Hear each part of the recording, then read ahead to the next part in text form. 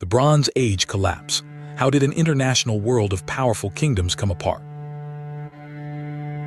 Picture the Eastern Mediterranean around 1300 BCE. Egypt dominated the Nile and territories along the Levant. The Hittite Empire controlled much of Anatolia and northern Syria. Mycenaean palace kingdoms occupied mainland Greece. Ugarit prospered on the Syrian coast. Cyprus sat amid the sea routes, and Assyria and Babylonia lay farther east in Mesopotamia. These were not isolated civilizations appearing in separate chapters. They were neighbors, rivals, customers, allies, and royal marriage partners inside one connected political world. Between roughly 1250 and 1150 BCE, one of ancient history's greatest turning points unfolded around the Eastern Mediterranean. Great cities burned, long-distance trade shrank, populations moved, and political systems that had lasted for centuries came apart. In parts of Greece, even writing disappeared. Yet this was not one explosion on one day. Different places suffered at different times, and some communities survived. The real question is how several pressures could combine until an entire international system could no longer hold together. The most important warning comes before any dramatic battle. There was probably no single cause, no single invasion, and no single year when civilization collapsed. Modern research increasingly describes a chain reaction. Drought could damage harvests, hunger could weaken governments, migration and raiding could make trade dangerous, trade failure could deprive palaces of metals, food, and taxes. Each problem made the others harder to solve. The Bronze Age collapse is therefore best understood as a systems crisis, not a simple whodunit. People living at the time did not call their world the Bronze Age. Historians use that label because bronze was one of its most important materials. Bronze is usually made from about 90% copper and 10% tin. The mixture can produce strong tools, weapons, armor, and prestigious objects, but copper and tin were rarely found together. A ruler who wanted thousands of bronze objects therefore needed miners, merchants, ships, safe routes, and reliable partners far beyond the borders of one kingdom. Cyprus, the large island south of Anatolia, became especially important because it was a major copper producer. Tin had to arrive from other regions, sometimes across enormous distances. That meant bronze was not merely a technology, it was evidence of interdependence. A Mycenaean king in Greece could command craftsmen, but he could not create copper or tin from nothing. If ships stopped sailing or a supplier failed, royal workshops would feel the shortage. The material at the center of the age depended on an international network. The Uluburun shipwreck, found off the coast of modern Turkey, gives us a spectacular snapshot of this system. The late Bronze Age ship carried more than 10 tons of copper along with tin and luxury goods. Its cargo linked many regions of the Mediterranean and Near East. Think of a modern laptop assembled from a processor, screen, battery, and metals made in different countries. Late Bronze Age kingdoms worked somewhat like that. Their strength came from specialization and exchange, but so did their vulnerability. Egypt lay along the Nile River in northeastern Africa, where the new kingdom pharaohs commanded enormous wealth. Their authority reached beyond Egypt into lands now called Israel, Palestine, Lebanon, and parts of Syria.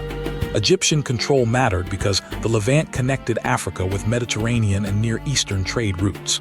Egypt could field armies, build monuments, and exchange valuable gifts with other rulers. When crisis came, Egypt possessed unusual resources, which helps explain why it survived the immediate collapse even though its overseas power later shrank. The Hittite Empire was centered in Anatolia, approximately modern-day Turkey, with its capital at Hadusa. Hittite kings controlled much of Anatolia and parts of northern Syria. They were one of the superpowers of the age. Around 1274 BCE, their army fought Egypt under Pharaoh Rameses II at Kadesh in Syria. The battle and later diplomacy show two great states competing on equal terms.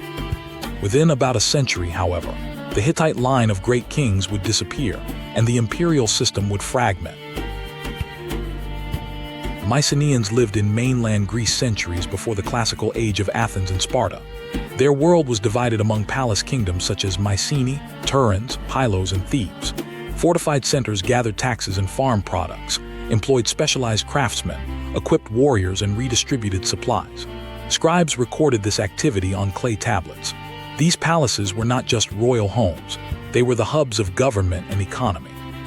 When the hubs failed, the effects reached far beyond damaged buildings.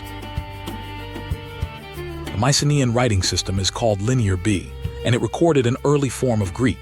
Surviving tablets list grain, sheep, oil, workers, land, offerings, and military supplies. Most were practical records rather than literature. That narrow administrative purpose would matter later. Writing was supported by the palace because the palace needed accounts. When palace bureaucracy disappeared, the network of trained scribes and record-keeping disappeared with it. Greek continued to be spoken, but Linear B stopped being used for several centuries. Ugarit stood on the coast of what is now Syria. It was not a giant empire, but its location made it rich. Merchants handled grain, metals, oil, textiles, pottery, and luxury goods moving between Egypt, Cyprus, Anatolia, Mesopotamia, and the Mediterranean. Archaeologists found thousands of clay tablets there in several languages, including an alphabetic script used at Ugarit. Those archives reveal diplomacy and commerce in ordinary times, then continue almost to the city's destruction, giving historians an unusually close view of crisis. Cyprus sat in the middle of Mediterranean shipping routes and supported major copper production. Archaeology links the island with Greece, Egypt, Syria, Mesopotamia, and other regions through metals, pottery, and changing cultural practices. Farther east, Assyria and Babylonia occupied much of what is now Iraq and neighboring lands. They too participated in diplomacy and exchange. The system therefore stretched beyond the coastline.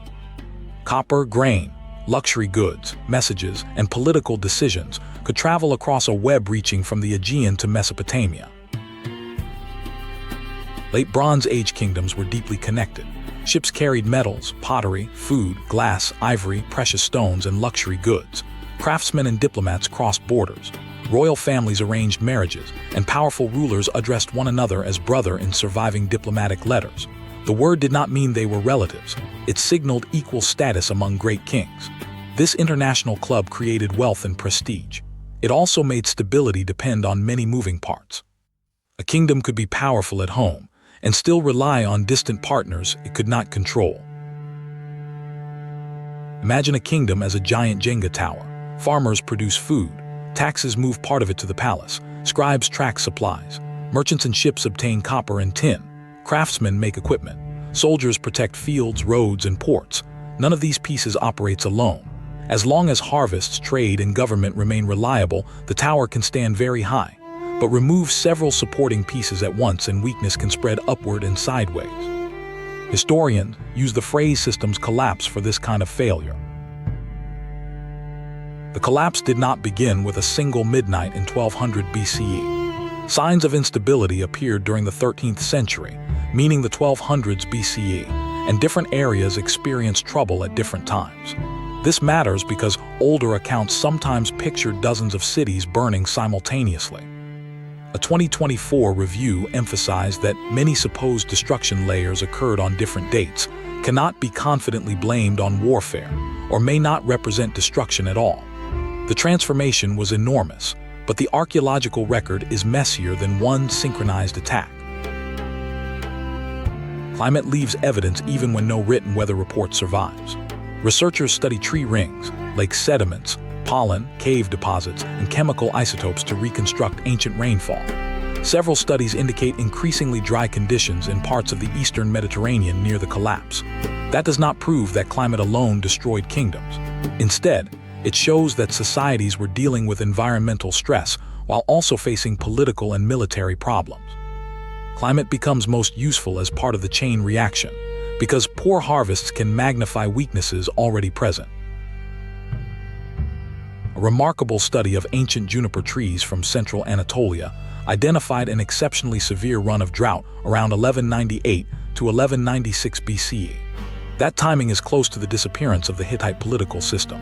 The researchers did not claim that 3 dry years single-handedly destroyed the empire. Their point was more careful. Consecutive crop failures could push an already stressed society beyond its ability to cope. Evidence from coastal Syria also suggests drying near the end of the 13th and start of the 12th century BCE. An agricultural society may survive one bad harvest by opening granaries, eating stored food, trading with neighbors and reducing consumption. A second poor harvest leaves less reserve. By a third, storage rooms may be empty. Livestock die, prices soar, disease becomes more likely, and families leave in search of food. Yet soldiers, officials, and laborers still need to eat. A king who cannot feed the people or the government loses authority exactly when unrest and attacks become more dangerous. Repetition turns hardship into state failure. Ugarit's final clay tablets survive almost to the city's destruction, probably around 1190 to 1185 BCE. Some texts mention enemy ships, attacks, damage in the countryside, shortages, and famine. This evidence is unusually powerful because historians are not guessing only from burned walls. People living during the crisis were writing about immediate dangers while their kingdom still functioned. The messages do not provide one complete explanation, but they show military threat and food problems overlapping. Ugarit becomes a window into the last days of a Bronze Age state. Egyptian records describe foreign enemies whom modern historians collectively call the Sea Peoples. That phrase was not the name of a single people. It is a modern umbrella label that can hide important differences, rather like calling unrelated groups ocean people merely because several traveled by sea. Egyptian texts identify separate names, including the Peliset, Shurden, Shekelesh, Denian, Tejeker, and Weshesh. Their exact origins remain debated, so the label should introduce a question rather than pretend to solve one. Groups called Sea Peoples probably did not share one homeland or one plan. Researchers debate connections with the Aegean, Anatolia, Cyprus, and other Mediterranean regions. Scholars often connect the Peliset with the Philistines who emerged along the southern coast of Canaan around 1200 BCE, while archaeology also points to Aegean and possibly Anatolian connections. The exact relationship remains debated. Even this does not turn every group into one migrating nation. The evidence points toward multiple movements and identities during a period of instability. Egypt encountered some of these names before the most famous battle. Around 1208 BCE, during the reign of Pharaoh Merneptah, a Libyan invasion entered Egypt with forces that included several groups later associated with the Sea Peoples. Egypt won, but the victory did not end the wider problem. This earlier battle is another reminder that the crisis unfolded over decades. Groups moved, alliances changed, and pressure reached Egypt more than once. The story cannot be compressed into a single invasion in a single year. Several decades later, Pharaoh Ramesses III faced another major coalition. Around 1177 BCE, allowing for uncertainty in Egyptian chronology, his forces fought enemies approaching by land and sea. Reliefs at Medinet Habu show Egyptian archers firing on ships, foreign vessels overturning, warriors falling into the water, and prisoners being captured. The accompanying texts celebrate Ramesses as victorious. These are Egyptian royal monuments, so they present the pharaoh's success dramatically, but they remain crucial evidence that Egypt confronted a serious military threat. Historian Eric Klein used the famous battle date in the title 1177 BC, the year civilization collapsed. The title is deliberately dramatic and helped make the subject widely known, but it should not be read as a literal one-year timeline. Hittite decline, Mycenaean palace failures, Ugarit's destruction, migrations, Egyptian battles, and regional change occurred across decades. Some events may not be dated precisely. The year 1177 is a useful symbol of the crisis, not a magic date on which the entire Bronze Age world suddenly ended. An older popular story runs like this: Sea Peoples arrive, burn everything, and end the Bronze Age. The evidence does not support that simple sequence. Some communities were already under stress before Egypt's great battles. Different cities fell at different times. Burned remains do not identify the attacker, and some supposed destruction layers have uncertain causes. The Sea Peoples were real participants in warfare and movement, but they cannot explain drought evidence, internal political tension, every abandoned settlement, or the collapse of trade across such a large region. The Sea Peoples may have been both a cause and a result of collapse. If drought, famine, political conflict, or warfare disrupted communities in Greece, Anatolia, or Cyprus, some people would leave. Different groups might travel as families, refugees, hired soldiers, pirates, raiders, or conquerors. Egyptian images do not prove that every group was an enormous migrating nation. Some may have been smaller warrior bands. Once displacement began, newcomers placed pressure on neighboring regions, creating further movement. Migration could therefore carry the crisis onward while also emerging from it. Bronze Age kingdoms were highly unequal. Kings and elites controlled large stores of grain, farmland, livestock, craftsmen, taxation, and trade, while ordinary farmers produced much of the wealth. During good years, the palace could collect and redistribute resources. During famine, the same demands became harder to bear. If officials still required taxes and labor while families were hungry, people might abandon farms, refuse cooperation, or rebel. Internal revolt and conflict among elites are plausible parts of the explanation, especially in the Mycenaean world, but the evidence is indirect and does not reveal one region-wide rebellion. Eastern Mediterranean is seismically active, and earthquakes occurred during this period. Damage at some Bronze Age sites may be seismic, inspiring the idea of an earthquake storm in which several major shocks struck the region. Earthquakes probably worsen conditions locally, yet an earthquake that damages a palace does not by itself explain widespread food shortages, migration, collapsing international trade, disappearing political systems, or cities that were never rebuilt. Because many destruction layers have uncertain causes, earthquakes belong in the multi-cause picture, not in place of it. Return to the Jenga Tower. Cyprus exported copper, distant suppliers provided tin, ships carried grain, and palaces imported prestige goods. If ports became unsafe or ships stopped arriving, a kingdom could not simply make everything itself. The required resources might not exist within its borders. Tin disruption could damage bronze production and the economic world built around Cypriot copper. Lost commerce also meant fewer taxes and fewer diplomatic ties. The network's greatest strength, specialization across long distances, became a weakness when several routes failed together. The last known Hittite great king was Suppiluliuma II, whose reign began around 1207 BCE. Soon afterward, the line of great kings disappears, Hattusa was abandoned, and the imperial system fragmented. Severe drought may have deepened existing stresses, but the evidence does not support one cause alone. The fall of the Central Empire also did not mean every Hittite person vanished. Communities and political traditions continued in smaller states across southeastern Anatolia and northern Syria. Historians often call these successor kingdoms Neo-Hittite states. Near the end of Ugrit's life, King Amurapi ruled a wealthy but vulnerable trading state. Surviving correspondence describes enemy ships and military resources stretched across the region. Sometime around 1190 to 1185 BCE, Ugrit was destroyed and never recovered its old role. Its loss mattered far beyond the city walls. Imagine a major modern shipping hub disappearing during a global supply chain crisis. Merchants, kingdoms, and workshops that depended on its connections would face new shortages, delays, and dangers, making an existing network failure even worse. Around 1200 to 1190 BCE, the Mycenaean palace system of mainland Greece came apart. Mycenae, Tiryns, Thebes, Pylos, and other centers experienced destruction, abandonment, or political breakdown, but not in one perfectly simultaneous event. The key loss was the palace system itself.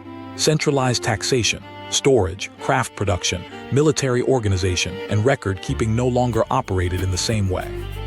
People remained in Greece, and Greek speech continued, but the political world that had organized their economy for centuries was gone. Linear B disappeared because it had been closely tied to palace administration. Scribes used it to answer practical questions. How much grain is stored? How many sheep belong to the palace? Which bronze workers are employed? And how much oil was delivered? When the palaces vanished, the institutions that trained scribes and required those records vanished. Greek was still spoken, but writing was absent from Greece for several centuries. Around the 8th century BCE, Greeks adopted a different alphabetic system shaped heavily by the Phoenician alphabet. Egypt did not collapse around 1177 BCE in the same way as Ugrit or the Hittite Empire. Egyptian royal records present Ramesses III as victorious, and the Egyptian state continued. But victory did not rebuild the old international world. Egypt increasingly lost control in the Levant, while economic and political problems continued. Royal authority weakened, and powerful priests and regional leaders gained influence. Around 1070 BCE, the New Kingdom ended and the Third Intermediate Period began. Egypt survived the storm, but it emerged smaller, weaker, and less able to dominate its neighbors. Cyprus experienced destroyed or abandoned settlements, population movement, changing pottery, new burial customs, and altered settlement patterns. Yet the island was not erased. People continued living there, and older practices mixed with new influences. Cyprus therefore demonstrates why the word collapse can mislead when applied too broadly. A political or economic system can break while communities survive, adapt, and reorganize. The island's story contains both serious disruption and important continuity, reminding us that every region needs its own archaeological timeline, rather than one universal disaster script. Several coastal cities in modern Lebanon continued across the transition and later became major centers of Phoenician civilization. Assyria also survived. Babylonia faced serious difficulties, and its long-lived Kassite dynasty ended around 1155 BCE partly because of invasion from Elam, but Babylonian civilization did not disappear. These cases matter because the Bronze Age collapse was primarily a massive transformation of the Eastern Mediterranean and adjacent Near East. It was not the disappearance of civilization everywhere. Different regions faced the same troubled era with very different outcomes. By about 1150 BCE, the political map looked dramatically different from 1300 BCE. The Hittite Empire and Ugarit were gone. Mycenaean palace government had ended. Egypt had lost much of its overseas empire, and long-distance trade had contracted sharply. In many places, populations lived in smaller communities. Historians traditionally called the following Greek centuries a dark age because written records became rare, populations fell in some regions, and monumental construction decreased. The label does not mean everyone became primitive, and modern archaeology emphasizes strong regional variation. Collapse destroyed old institutions, but it also weakened the giant palace systems that had dominated politics and trade. New societies expanded or reorganized in the space that followed. Phoenician cities grew along the Levanten coast. Philistine communities developed in southern Canaan. New highland settlements emerged in Canaan. Many scholars connect some of them with the formation of early Israel, although the process and the identities involved remain debated. Aramaean and Neo-Hittite kingdoms appeared, and Assyria eventually surged again. In Greece, communities slowly reorganized. By about 800 BCE, city-states were developing, alphabetic writing had returned, and Mediterranean trade was expanding. A simplified chain might begin with a drier climate and several poor harvests. Food shortages raise prices and strain farmers, families, and governments. Unrest and migration increase. Some displaced groups raid neighboring territories. Trade routes become dangerous, so copper, tin, grain, and luxury imports become harder to obtain. Palaces lose wealth and struggle to maintain armies and bureaucracies. Cities become vulnerable, and some are destroyed. Destruction creates more refugees and raiders, which weakens trade again. The crisis has become a feedback loop that produces its own fuel. How could so many powerful states fail near the same time? Their power may help explain their vulnerability. They built a successful international system in which specialized regions, ports, palaces, and trade routes depended heavily on one another. It was like dominoes tied together with string. Pull hard on several places at once, and movement spreads through the line. Modern network research supports the idea that connected political and economic systems can transmit disruption. The Bronze Age world did not merely suffer many local disasters, its links helped combine them. The Bronze Age collapse was not a mystery army destroying civilization in 1177 BCE. Across the decades around 1200 BCE, interconnected Eastern Mediterranean kingdoms faced overlapping climate stress, food shortages, political instability, migration, warfare, raiding, natural disasters, and trade failure. Some states vanished, some survived in weakened form, and others transformed. By about 1100 BCE, the shared world of Egyptian pharaohs, Hittite great kings, Mycenaean palace rulers, and Ugaritic merchants was largely gone. From its ruins, the Iron Age took shape. The Bronze Age collapse was the failure of one interconnected international system, not the end of civilization. Climate stress, famine, political conflict, migration, raiding, earthquakes, and trade disruption reinforced one another. Different kingdoms fell at different times. The Hittite Empire, Ugarit, and Mycenaean palace government disappeared. Egypt survived in weakened form. Cyprus transformed, and other societies continued. The Sea Peoples were part of the crisis, but they were not one nation and did not cause everything. Knowledge check. What made bronze production international? Copper and tin were rarely found together, so kingdoms depended on long-distance trade to obtain both.